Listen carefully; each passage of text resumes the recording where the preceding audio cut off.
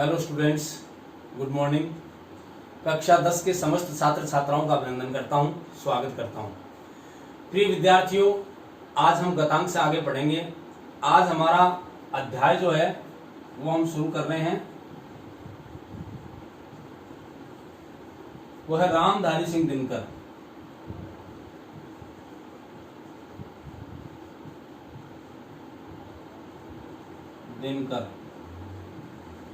दिनकर इनका निकनेम है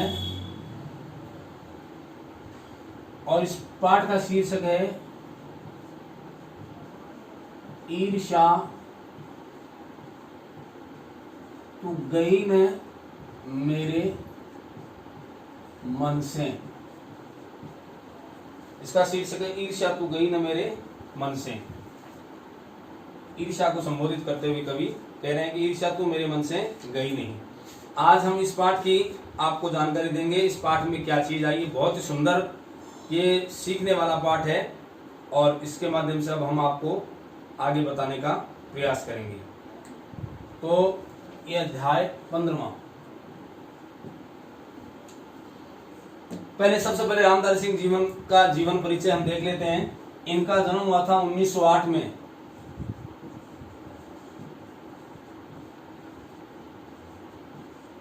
और इसके बाद में इनका निधन हुआ था 1974 में। ये इनका जन्म और निधन की मैंने आपको बताया। परिचय में सुने आप, राष्ट्रीय सांस्कृतिक काव्य धारा के प्रमुख कवियों में, राष्ट्रीय कवियों की धारा के अंदर इनका नाम आदर से लिया जाता है, राष्ट्र कवि के रूप में भी जाना जाता है। इनका नाम अग्रगण्य, अग्रगण्य शब्द का अर्थ क्या है? आगे गिना जाने वाला। अग्रगण्य, आगे जिसकी गिनती जाए उसे की जाए उसे कहते हैं अग्रगण्य, सबसे आगे गिने जाने वाले। मैथिली शरणगुप्त जिनको राष्ट्रीय कवि कहते हैं, इनके बाद दिनकर राष्ट्र कवि के रूप में नजर आए। राष्ट्रीय भावनाओं से ओतप्रोत कविताएं इन्होंने लिखी है, रामधारी सिंह दिनकर ने। और उसके पहले मैथिली शरणगुप्त आप जानते ही। इनका जन्म कहाँ हुआ था? बिहार के मुंगेर में। बिहार जन्म की यदि बात करें तो जन्म बिहार का जिला है मुंगेर, उसमें एक कस्बा है सिमरिया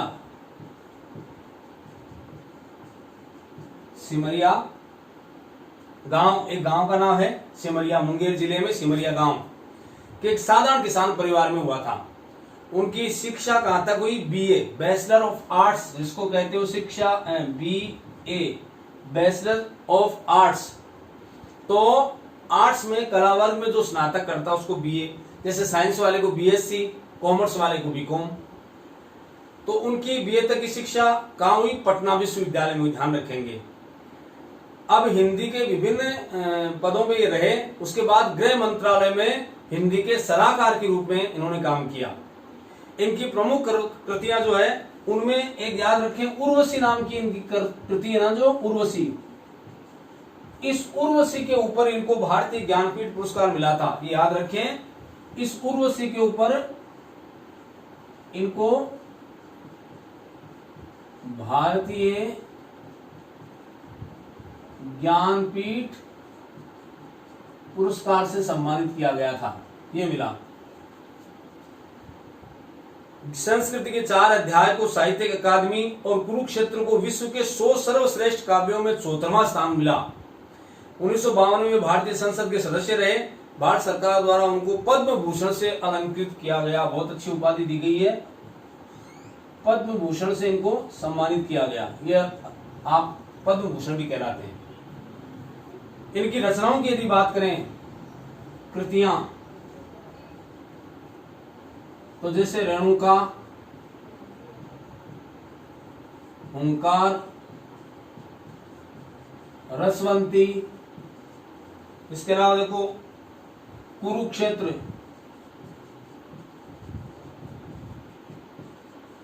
परशुराम की प्रतीक्षा, ये इनकी मतलब जो है प्रमुख रचनाएं मानी गई है। ये इनकी रचनाएं हैं। अब पाठ जिसका शीर्षक मैंने आपके सामने लिखा हुआ है, आप ध्यान दें, ईर्ष्या तू गई न मेरे मन से। ईर्ष्या के बारे में बहुत ही सुंदर बात कही गई है कि ईर्ष्या तो अभी तक मेरे मन से गई नहीं है। ये ईर्ष्या क्या होती है? ये ईर्ष्या हम सब के लिए एक, ये समझ लीजिए कि बड़ी घातिनी वस्तु है। जिसके मन में ईर्ष्या पैदा हो गई वह आदमी स्वयं आत्मघाती ही बन जाता, वह अपना विनाश स्वयं करता है। ईर्ष्या अपने शब्दों में कहें तो कहेंगे जलन। दूसरे की प्रगति को देख करके, दूसरे के पास वैभव विलासिता धन संपत्ति को देख करके हमारे मन में जो कसक टीस पीड़ा दुख पैदा होता है वही तो ईर्ष्या है। इसलिए कहते हैं ईर्ष्या से चिंता पैदा होती है। चिंता चिता से भी भयंकर है, क्योंकि चिता तो मरने के बाद आदमी को जलाती है, लेकिन चिंता जीते जी आदमी को जलाती है। इसलिए हमें ईर्ष्या नहीं रखनी चाहिए। कवि ने ऐसे उदाहरण दिए हैं कि ये ईर्ष्या कैसे पैदा होती है, कैसे रूपांतरित होती है और इसका परिष्कार, इसको दूर करने का क्या उपाय हो सकता है। बहुत अच्छी तरह समझाने का प्रयास किया है। तो मैं एक बार संक्षेप में पाठ का परिचय आपको बता देता हूं ताकि मूल बात आपके समझ में आ जाए। ईर्ष्या तो गई न मेरे मन से, पाठ अर्धनारीश्वर पुस्तक, याद रखेंगे ये पुस्तक का नाम है अर्धनारीश्वर। इस पुस्तक से इसको लिया गया है। प्रस्तुत निबंध में कवि रामधारी सिंह दिनकर ने मानव चरित्र की सबसे भयावह बुराई ईर्ष्या के बारे में उल्लेख किया है। मतलब ईर्ष्या सबसे भयावह बुराई है। ये संपूर्ण मानवीय गुणों का विनाश कर देती है। जो मानवीय भाव आप में है उन पर ऐसा कुठाराघात करती है कि व्यक्ति का व्यक्तित्व और उसका अस्तित्व संकट में पड़ जाता है। हमें ईर्ष्या को दरकिनार करना चाहिए, उससे दूर रहना चाहिए, क्योंकि आपके मानवीय मूल्यों को समाप्त कर देती है ईर्ष्या।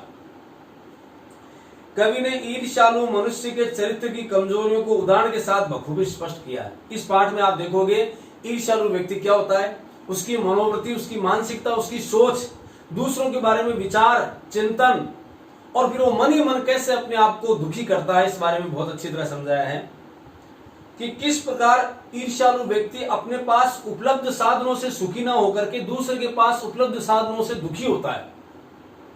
इतना कर दो ना तो ईर्ष्या समाप्त है कि साईं इतना दीजिए जा मैं कुटुंब समाये, मैं भी भूखा न रहूं साधु न भूखा जाए। ये परमात्मा है ईश्वर, मेरे पास आपने इतना दे रखा है कि मेरा परिवार आराम से गुजारा कर रहा है, खाने के लिए रोटी मिल जाती है, ओढ़ने के लिए वस्त्र मिल जाते हैं, पहनने के लिए वस्त्र मिल जाते हैं और रहने के लिए टपरी झोपड़ी जो भी मेरे पास से पर्याप्त है। लेकिन आदमी संतुष्ट नहीं होता। आदमी अपने से ऊपर वाले की तरफ देखता है, जो अपने से ज्यादा पैसे वाला उसकी तरफ देख करके दुखी होता है। यदि आदमी अपने से नीचे वाले को देखना शुरू कर दे तो उसकी सारी समस्याओं का हल हो जाए। यार मेरे पास कम से कम एक मकान है, वो तो झोपड़े में रहता है। झोपड़े वाला सोचता है कि यार मैं झोपड़े में तो रहता हूँ, लोग तो फुटपाथ पे सोते हैं। लेकिन ये कोई नहीं सोचता मेरे पास तो यार 3 कमरों वाला एक मकान है, उसके पास तो 10 कमरों वाला शानदार बंगला है। कभी तुम्हारी ये स्थिति समाप्त नहीं होती। ये तो मन की माया जाल है, खत्म हो ही नहीं सकता। 1000 रुपए आएंगे कहेंगे लाख आ जाए तो बढ़िया है, लाख आ जाए करोड़ आ जाए तो अच्छे हैं, करोड़ आ जाए तो 10 करोड़ आ जाए, 10 करोड़ आ जाए तो अरब आ जाए। कहां इसका अंत है? मन को नियंत्रित, कंटेंटमेंट इज हैप्पीनेस, अंग्रेजी में कहते हैं कंटेंटमेंट इज हैप्पीनेस, संतोष ही सबसे बड़ा सुख है। आप मन में कंटेंटमेंट, संतोष रखें कि भगवान ने जितना दिया मैं इसमें संतुष्ट हूं। लेकिन आदमी ईर्ष्या का त्याग नहीं कर सकता, क्योंकि उसकी मानसिकता ऐसी होती है कि वो अपने से ऊपर वाले की तरफ देखता है। तो फिर क्या होता है? फिर ये होता है कि जो वस्तु उसको उपलब्ध हो उससे आनंद न उठा करके, अब देखो उसमें लिखा है कि अपने पास उपलब्ध साधनों से आनंद न उठाकर दूसरों के पास उपलब्ध साधनों से कुड़कर मन चिढ़कर अपने जीवन मूल्यों का ह्रास करता, अपने जीवन मूल्यों को खत्म करता है। दूसरों के पास वस्तु है उसको देखेगा और अपने जीवन मूल्यों को समाप्त कर लेगा। यानी दूसरों की तरफ देख करके अपने जो जीवन के मूल्य हैं उनको समाप्त कर बैठेगा। ये बड़ी विडंबना है। तो दूसरी तरफ जो लोग ईर्ष्यालु स्वभाव के हैं वे किस प्रकार ईर्ष्या की लत से बच सकते हैं, इसके लिए रास्ता सुझाया है। फिर लेखक ने कहा चलो ईर्ष्या का भाव तुम्हारे मन में आ ही गया है, अब उस ईर्ष्या से बचा जाने का क्या तरीका है, आप ईर्ष्या को कैसे दूर कर सकते हैं, कैसे उससे बाहर निकल सकते हैं, इसका तरीका भी बताया। निश्चय ये निबंध स्वाभाविक मानवीय कमजोरियों को दृष्टिपात कराने में भाव एवं भाषा की दृष्टि से समर्थ है। तो भाव और भाषा दोनों ही दृष्टि से निबंध आपका ईर्ष्या तो गई न मेरे मन से, ये पूरी तरह आपको अच्छी तरह समझाएगा कि हमें किस प्रकार से मानवीय मनोविकारों को दूर करके आनंद के साथ जीवन जीना चाहिए। चलिए मैं पाठ शुरू कर रहा हूं। आपसे आग्रह है कि यदि आपके पास पुस्तक है तो आप खोल के बैठे और ध्यान से सुनो। मेरे घर के दाहिनी तरफ एक वकील रहते जो खाने पीने में अच्छे हैं, खाने पीने के अच्छे हैं, खाने पीने मानी उनका रहन सहन अच्छा है, पैसे वाले, खाते पीते परिवार के, दोस्तों को भी खूब खिलाते हैं और सभी सभा सोसाइटियों में भाग लेते हैं। अच्छे आदमी है, दोस्तों को खिलाते हैं, सभा सोसाइटी जहां कोई सामाजिक कार्यक्रम होता है, जहां कहीं लेना देना होता है तो देते भी हैं, अच्छे आदमी। बाल बच्चों से भरा पूरा परिवार है, कोई कमी नहीं है, पूरा परिवार है। नौकर भी सुख देने वाले और पत्नी भी अत्यंत मृदु भाषणी, मीठा बोलने वाली, मृदु भाषणी, जैसे मृदु भाषी होता है वैसे मृदु भाषणी या मधुर बोलने वाली। पत्नी जो है वो भी उनकी मृदु भाषणी है, मीठा बोलने वाली। भला एक सुखी मनुष्य को और क्या चाहिए? बिल्कुल सही है, अच्छा परिवार है, खाते पीते परिवार के हैं, पत्नी है बहुत अच्छी है, मृदु स्वभाव की है, और क्या चाहिए इंसान को? मगर वो सुखी नहीं है, फिर भी दुखी है। कारण क्या? कारण ये आपके सामने, ईर्ष्या। ईर्ष्या आदमी को ऐसे खा जाती है जैसे कपड़े को कीड़ा। तो क्या लिख रहे हैं? मगर वे सुखी नहीं है, उनके भीतर कौन सा दाह, दाह कहते हैं जलन, दाह जलन, वो अंदर ही अंदर जलते रहते हैं। न जाने कौन सा दाह है, उसे मैं भली बात ही जानता हूं। लेखक कहता है कि मैं जानता हूं क्यों सुखी नहीं है, उसका दाह क्या है। दरअसल उनके बंगले में जो बीमा एजेंट है, पास में एक बंगला है उसमें बीमा एजेंट रहते हैं, उनके वैभव और समृद्धि, वैभव की वृद्धि से वकील साहब का कलेजा जलता है। कलेजा जलना मन में दुखी होना, मुहावरा है सॉरी।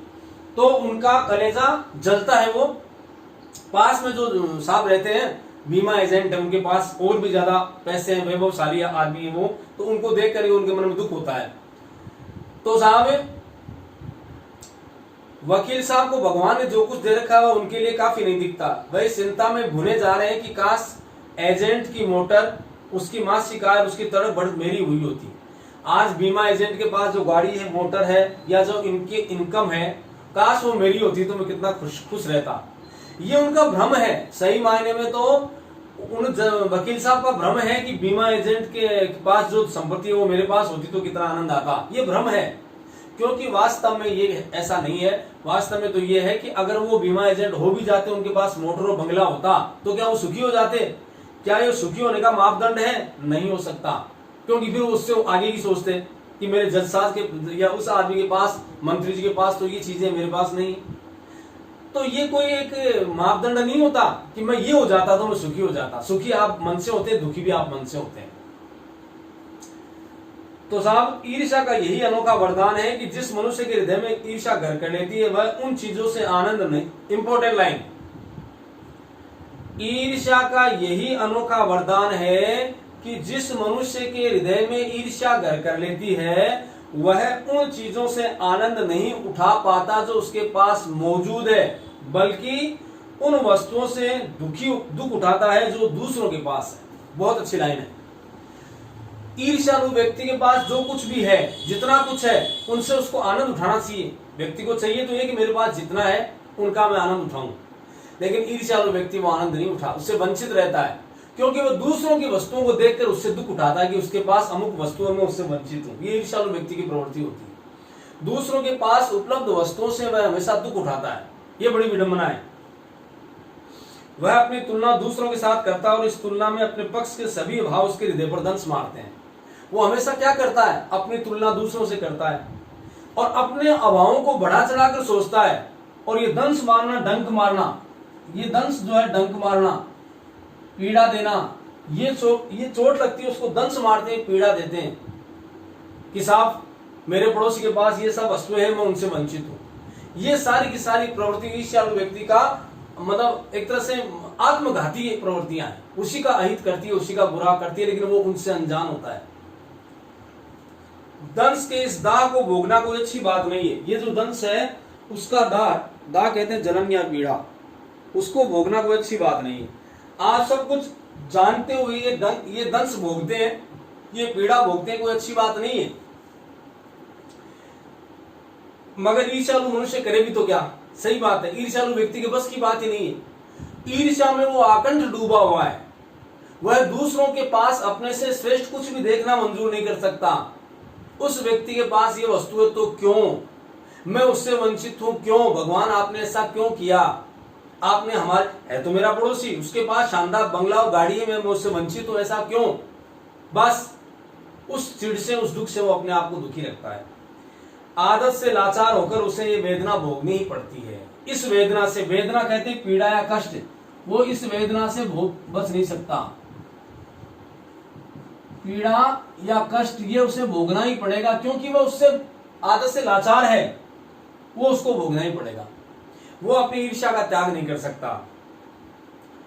एक उपवन को पाकर भगवान को धन्यवाद देते हुए उसका आनंद नहीं लेना और बराबर इस चिंता में निमग्न रहना कि इससे भी बड़ा उपवन क्यों नहीं मिलता। बहुत अच्छा उदाहरण है। हम बगीचे में घूमने गए, हमारे मकान के पास कोई बगीचा होता है, वहां घूमने गए, देखा यार बगीचा तो ठीक है लेकिन मजा नहीं आया। क्यों? इससे बड़ा बगीचा होता तो और ज्यादा आनंद आता। यार जो कुछ मिला है आपके पास में उपलब्ध, उसका आनंद तो ले नहीं रहे, उससे तो कष्ट भोग रहे हैं कि यार ये क्या है बगीचा, ये तो वही बात है। अरे जब आपके पास छोटी चीजें हो खाने, देखो चाहे कोई कितना ही पैसे वाला हो, कितना ही वैभवशाली परिवार हो, भाई साहब बादाम के हलवे रोज वो भी नहीं खा सकता। वो रोटियां वो खाता है जो रोटी हम खाते हैं। एक गरीब किसान आदमी, कृषक आदमी, मजदूर आदमी जो रोटियां खाता है वही पैसे वाला खाएगा। रोज वो भी बादाम के हलवे नहीं खाएगा, वो भी तरमाल नहीं खा सकता। चाहिए क्या? वो सब्जी और रोटी, वो दैनिक आवश्यकता है, भगवान ने वो उसमें समानता कर रखी। फिर कहां पीड़ा है? पहनने के लिए ये एक कपड़ा ही मैं पहनूंगा, एक ही गरीब पहनेगा, एक ही मेरे से अमीर पहनेगा। वो शर्ट और पैंट दो तो पहन नहीं सकते एक साथ की। पैसे वाला है तो 5 शर्ट पहन लिए, 5 पैंट पहन ली, फिर भी दुखी है। आपको वो पहनने के लिए भगवान ने कपड़े दिए। अब ऊपर से धूप नहीं आनी चाहिए, ऊपर से बारिश का पानी मेरे घर पे नहीं आना चाहिए। ये नहीं आना जो किसी ने बना रखा बंगला, किसी ने बना रखा झोपड़ा, लेकिन झोपड़ा भी वो वर्षा रोधी है, उसमें भी वर्षा नहीं आती, तो वहां सुखी क्यों नहीं हो लेते? भगवान ने इतना साधन दे रखा है यार, लोग फुटपाथ में सोते हैं, उसकी तरफ चिंता नहीं करते, उसके बारे में कोई चिंता नहीं करते, और चिंता इस बात की करते हैं कि मैं इस अमुक वस्तु से वंचित हूं। ये तो हम सबकी द्वारा पैदा की गई पीड़ा है, ये कोई बाहर से देखे नहीं गया है। उपवन में घूम रहे हैं, यार ये उपवन तो छोटा सा है, इसमें तो मेरे अनुकूल चीजें नहीं है। ये सब हमारे मन की मनोवृत्तियां हैं, इनको सुधारना पड़ेगा। तो एक उपवन को पाकर भगवान को धन्यवाद देते उसका आनंद नहीं लेना और बराबर चिंता में निमग्न रहना कि इससे भी बड़ा उपवन क्यों नहीं मिला। यह ऐसा दोष है जिससे ईर्ष्या व्यक्ति का चरित्र भी भयंकर होता है। ये बहुत बड़ा दोष है और उसका चरित्र वो खराब होता है। अपने अभाव पर दिन रात सोचते हुए सृष्टि की प्रक्रिया को भूलकर विनाश में लग जाता है। वो इस अभाव के बारे में चिंतन करता है दिन रात, मेरे पास ये नहीं है, मेरे पास वो नहीं, मैं इससे वंचित हूं, मैं उससे वंचित हूं, और ऐसा करते करते चिंताग्रस्त होकर के अपना ही अहित करता है और उसको पता भी नहीं चलता कि मैं अपना ही अहित कर रहा हूं। आप कल्पना कीजिए कि वो आदमी ईर्ष्या के मारे अपने अभावों को सोचते सोचते दुखी हो रहा है, टाइम तो उसमें वेस्ट हो रहा है, रोता रहता है, उदास रहता है, बजाय उसके यदि वो कर्म क्षेत्र में उस समय को लगाता, जितना अपने अभावों के बारे में सोच करके दुखी होने में जितना समय लगा रहा है, उतना समय यदि काम में लगाता, कर्म में लगाता, तो शायद इतना प्रयास करके वो अमुक वस्तु जिससे वो वंचित हो उसको प्राप्त करने में सक्षम हो जाता। लेकिन वो ऐसा नहीं कर रहा, वो तो केवल अपनी चिंता में इस अभाव को रोते रोते दुख में पड़ा रहता है। तो ऐसा नहीं करना चाहिए, भूलकर विनाश में लग जाता और अपनी उन्नति के लिए उद्यम करना छोड़कर, उद्यम कहते हैं श्रम या काम, मेहनत, उद्यम, परिश्रम या काम या कार्य कह सकते हो, उसको छोड़ करके केवल दुख में लगा रहता है। तो ये गलत बात है। अपना उद्यम छोड़ करके दूसरों को हानि पहुंचाने को अपना श्रेष्ठ कर्तव्य समझने लगता है। अब जिस व्यक्ति से उसको ईर्ष्या है, उसको कैसे हानि पहुंचा सकूं, इस काम में वो लगा रहता है। यानी अपने बारे में चिंतन करना उसको नहीं आता कि मैं अपना भला कैसे करूं, मैं तो उसका बुरा कैसे कर सकता हूं जो मेरा पड़ोसी है मेरे से। और एक बात और सुनना, आगे आएगा भी इसमें, आदमी ईर्ष्या किससे करता है? जो उसके नजदीक होता है, जो सबसे पास वाले। जैसे आप यहाँ रहते हो, जयपुर में किसी ने बंगला बना रखा, आपको उससे कोई ईर्ष्या नहीं है। आपके पड़ोस में किसी ने, आपके भाई ने बंगला बना लिया, उसने मोटर खरीद ली, उसने गाड़ी खरीद ली, तो आपके टेंशन हो जाएगी कि यार मेरे भाई ने ये कर लिया, मेरे पड़ोसी ने ये कर लिया, मैं उससे वंचित हूं। क्या कभी आप प्रधानमंत्री को देख करके दुखी हो कि यार वो तो प्रधानमंत्री बन गया, मैं तो यहीं रह गया? नहीं होते हो आप। अपने परिचित, अपने नजदीकी व्यक्ति से ही व्यक्ति ज्यादा दुखी होता है। ये ईर्ष्या की एक और विशेषता बताई, आगे आएगी इसमें। अब ईर्ष्या की एक बेटी है जिसका नाम है निंदा। याद रखेंगे, निंदा ईर्ष्या की बेटी है। निंदा कहते हैं बुराई, क्योंकि जिसके मन में ईर्ष्या पैदा होगी वह व्यक्ति दूसरों की बुराई करेगा, उसकी आदत में शुमार हो जाएगा, वो निंदा से बच नहीं सकता। क्यों? क्योंकि ईर्ष्या से ही निंदा पैदा होती है। यदि मैं अपने पड़ोसी से, अपने भाई से, अपने परिवार वालों से ईर्ष्या करूंगा तो मैं क्या करूंगा? मैं चाहे वो कितने भले हों, चाहे समाज के अच्छे अच्छे कामों में वो शरीक होते हो, दान पुण्य सब धर्म करते हो, गरीबों का सहारा बनते हो, लेकिन चूंकि मेरे मन में तो उनके प्रति ईर्ष्या है तो मैं उनका भला सोच ही नहीं सकता। मैं उनका अच्छा, मैं क्या करूंगा? जहां मेरा अवसर मिलेगा, जहां मुझे मौका मिलेगा, मैं अपनी भड़ास निकालने के लिए उनकी निंदा करूंगा। ये निंदा ईर्ष्या की बड़ी बेटी है। यानी सबसे पहले ईर्ष्या से निंदा ही पैदा होती है। आप इस ईर्ष्या के कारण से किसी दूसरे की निंदा करेंगे। जो व्यक्ति ईर्ष्यालु होता है वह बुरे किस्म का निंदक भी होता है। ईर्ष्यालु व्यक्ति का सबसे पहला दुर्गुण तो यही है कि जो ईर्ष्यालु है वो सबसे बड़ा निंदक है। दूसरों की निंदा वह इसलिए करता है कि इस प्रकार दूसरे लोग जनता अथवा मित्रों की आंखों से गिर जाएंगे। अब उस मूर्ख की देखो ये कैसी बेवकूफी है। वो क्यों करता है दूसरों की बुराई? ताकि मैं उसकी बुराई करके दूसरों की नजर में उसको खराब कर दूं, बुरा पटक दूं। लेकिन उसको पता नहीं कि मैं बार बार किसी की बुराई करूंगा तो सुनने वाले के सामने मैं ही बुरा माना जाऊंगा।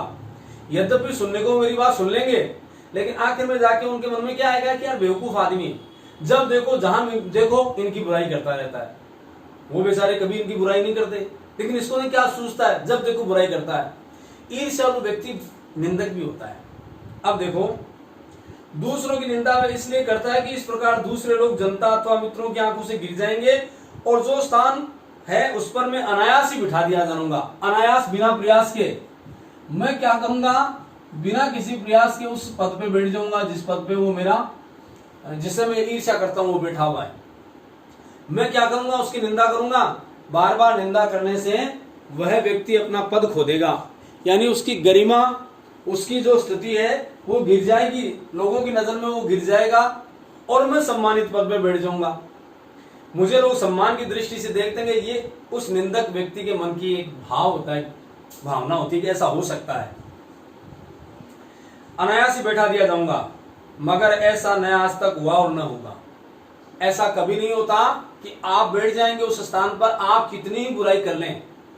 सब लोग दिमाग रखते हैं, वो जानते हैं कि इसका काम ही निंदा करना है। यह आदमी जहां देखो अवसर मिलते ही निंदा करता है सबकी, तो उसको जानने लग जाएंगे, फिर कौन मानेगा उसकी बात। दूसरों को गिराने की कोशिश तो अपने को बढ़ाने की कोशिश नहीं की जा सकती। भाई साहब, ये तरीका नहीं है अपने को आगे बढ़ाने का कि आप दूसरों की निंदा करें। आप कुछ कर्म कीजिए ऐसे, कुछ बहुत बढ़िया बढ़िया काम कीजिए ऐसे, प्रतिष्ठा कमाइए, इज्जत कमाइए, काम कीजिए, कर्म से पैसा लाइए, फिर जो आपको, जो अभाव आपको लग रहे हैं उनकी पूर्ति कीजिए। लेकिन नहीं, वो तो अनायास उसकी निंदा करके, उसको पटक करके आगे बढ़ना चाहता है। एक बात और है कि संसार में कोई भी मनुष्य निंदा से नहीं गिरता। आप किसी की बुराई कर लो, निंदा करने से कोई गिरता भी नहीं। आप मेरी 1000 निंदा कर लो, मैं आपकी 1000 निंदा बुराई कर लूं, लेकिन मैं दूसरों के सामने आपको पटक नहीं सकता। यदि आप अपने भाव में, अपने विचारों में, अपने व्यक्तित्व में अच्छे हैं, आपके विचार अच्छे हैं, आपकी योजनाएं, आपके सब कुछ भावनाएं अच्छी है, तो मैं आपका क्या बुरा कर सकता हूं। वैसे यदि मैं अच्छा हूं तो आप चाहे जितना प्रयास करो, लोगों के सामने मुझे बुरा पटकने का प्रयास करो, मैं बुरा नहीं पढ़ सकता। तो कहने का मतलब है कि जो निंदक आदमी, जो ईर्ष्यालु आदमी होता है, वो निंदा करके उस स्थान को प्राप्त करना चाहता है, लेकिन वो उससे वंचित रहता है। एक बात और है कि संसार में कोई भी मनुष्य निंदा से नहीं गिरता। उसके पतन का कारण है सद्गुणों का ह्रास। ह्रास कहते हैं पतन को। अपने सद्गुणों का पतन होना ही उसका पतन का कारण है। आप अच्छे अच्छे गुणों की सृष्टि कीजिए, अच्छे गुणों को अपने मन में पैदा कीजिए। यदि गुण अच्छे नहीं है फिर भी आप लगे हैं किसी की बुराई करके उसको बुरा पटकने में, तो लोग सब जानते हैं कि आपकी स्वभाव के कैसे व्यक्ति हैं। निंदक आदमी अपनी भावना, अपने व्यक्तित्व को छुपा नहीं सकता, क्योंकि अंत तो गत्वा वो दुनिया के सामने आएगा कि यह इस प्रवृत्ति का व्यक्ति है। इसी प्रकार कोई भी मनुष्य दूसरों की निंदा करने से अपनी उन्नति नहीं कर सकता। इसको गांठ बांध लें कि आप दूसरों की निंदा करके अपनी उन्नति नहीं कर सकते। आत्म उन्नति तो आपके आत्म कर्मों से ही होगी, आपके श्रेष्ठ सद्विचारों से, आपके अच्छे कर्मों से, आपके द्वारा मेहनत की गई है, उसी से आपकी उन्नति होगी। आप किसी की निंदा करके उसको पछाड़ना चाहते हैं, उसको पीछे पटकना चाहते हैं, ये सबसे बड़ी भूल है। उन्नति तो उसकी तभी होगी जब वह चरित्र को निर्मल बनाए तथा गुणों का विकास करे। निर्मल, निधनमल, निर्मल शब्द जो है विसर्ग संधि, मल रहित यानी स्वच्छ। आप अपनी छवि को स्वच्छ बनाइए, निर्मल बनाइए। तो अब कहते हैं जब वह निर्मल बनाए था गुणों का विकास करें। ईर्ष्या का काम है जलाना, वो जलाती है अंदर ही अंदर से, तुम्हें एकदम खोखला बनाती थी, जला करके तुम्हारी हालत खराब कर देगी। पहले वो उसी को जलाती है जिसके मन में पैदा होती है, जिसके हृदय में उसका जन्म होता है। ईर्ष्या सबसे पहले किसको जलाएगी? जिसके हृदय में पैदा होगी। भाई मैं किसी पड़ोसी से ईर्ष्या करता हूं, पड़ोसी को तो इस बात का आभास भी नहीं कि मैं उससे ईर्ष्या कर रहा हूं, मैं अंदर ही अंदर जल भून रहा हूं, मैं दुखी हो रहा हूं, और पड़ोसी को कोई इस बात की चिंता ही नहीं। तो ईर्ष्या सबसे पहले किसको जलाएगी? जिसके मन में पैदा होगी। आप भी ऐसे बहुत से लोगों को जानते होंगे जो ईर्ष्या और द्वेष की साकार मूर्ति हैं। ऐसे लोग आपको मिल जाएंगे जीवन में कई, जिनके मन में ईर्ष्या और द्वेष भरा रहता है और बराबर इस फिक्र में लगे रहते हैं कि सुनाने वाला मिले और अपने दिल का गुबार निकाल ले। दिल का गुबार निकालना, मन की भड़ास निकालना, मुहावरा है।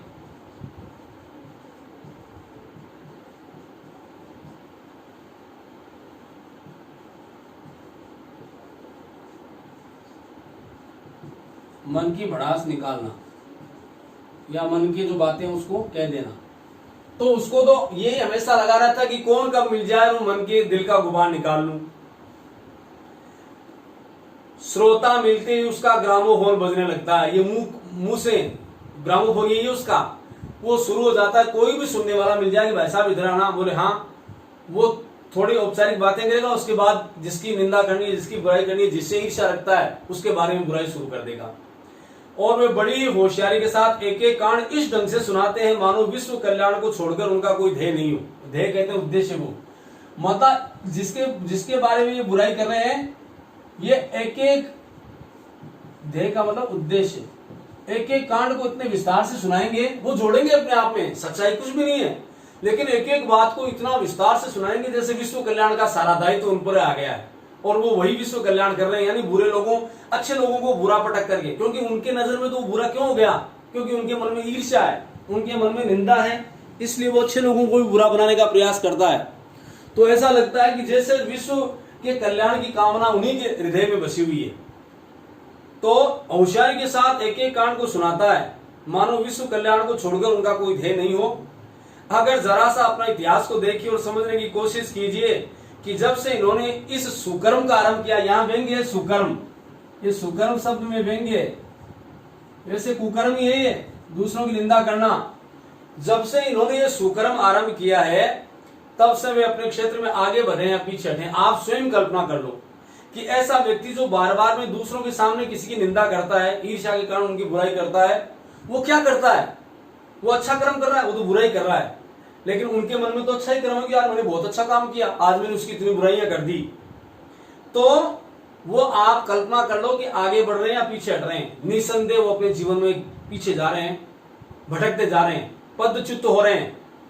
यह भी कि वे निंदा करने में संयम और शक्ति का अव्यय नहीं करते तो आज उनका स्थान कहां होता। अरे यार, जितना समय आप उसकी बुराई करने में लगा रहे हो, जितना समय आप फालतू की बातों में, व्यर्थ की बातों में, किसी ईर्ष्यावश किसी की बुराई करने में इतना समय खर्च कर रहे हो, यदि आत्मोन्नति में लगाते, यदि स्वयं का भला करने में लगाते तो आप कहां से कहां होते।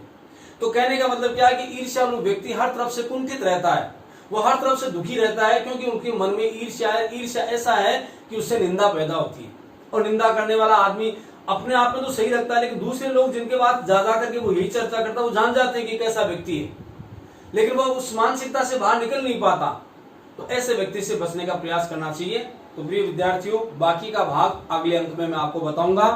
मैं आपसे आग्रह करूंगा कि इस पाठ में जो लेखक हैं रामधारी सिंह दिनकर, उनका जीवन परिचय आपको बहुत अच्छी तरह लिख के लाना है और शब्दार्थ भी आपको करने हैं। यदि लघुतरात्मक प्रश्न आप कर सकें एक बार पाठ पूरा होने से पहले छोटे वाले, तो वो प्रश्न भी आपको बहुत अच्छी तरह करने हैं।